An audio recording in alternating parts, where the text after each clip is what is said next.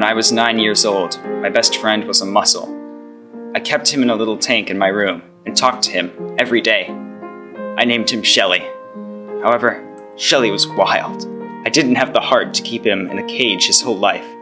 I took him out of his tank and put him next to the pier near Fort Mason. I promised to visit him every day. For a while, life was good. I missed Shelly, but I was still able to see him. However, he began losing weight. I tried to reach out to him. Was he unhappy? Were his new friends being mean to him? I couldn't figure it out. I tried to get help, but it was too late. Shelly died. I was traumatized. I needed to find out what had happened to my friend. After years of research, I found the reason why Shelly died. The following are the findings of my toils. Over the course of many years, marine organisms such as corals, bivalves, and microplankton have had trouble building their shells due to a phenomenon called ocean acidification. Ocean acidification is the reduction of pH in the ocean caused by excessive amounts of CO2 that are absorbed into the sea. pH refers to the pH scale, which measures the acidity and basicity of solutions. The pH scale ranges from 0 to 14, with 0 being extremely acidic and 14 being extremely basic, and 7 being neutral. Examples of acidic things are lemons and vinegar, while examples of bases are lye and bleach. Water is neutral with a pH of 7. Acids and bases can be neutralized when mixed together.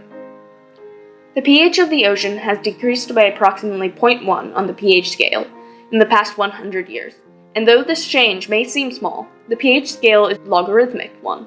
Therefore, this increase is nearly 30%. This clip shows the pH in action.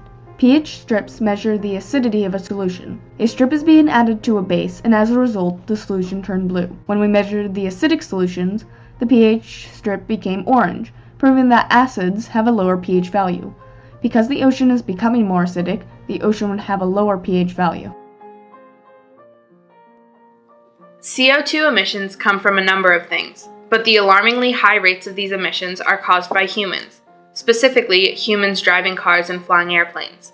The excessive amounts of CO2 affect the equilibrium of the ocean.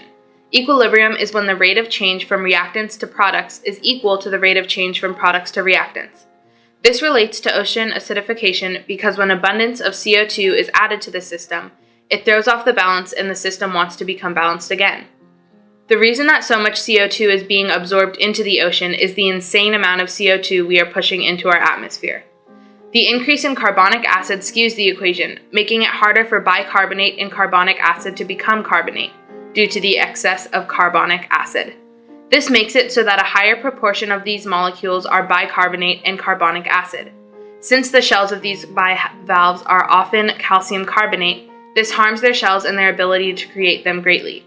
Calcium carbonate is an important part of many marine organisms such as coral.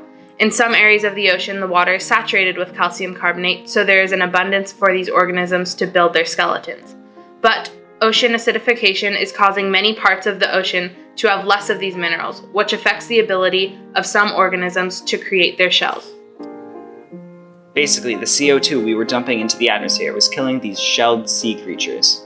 That was what had killed Shelly. This was our fault. We brought this on our friends, the mussels and shellfish. I couldn't save Shelly's life, but together we can stop ocean acidification by reducing CO2 emissions.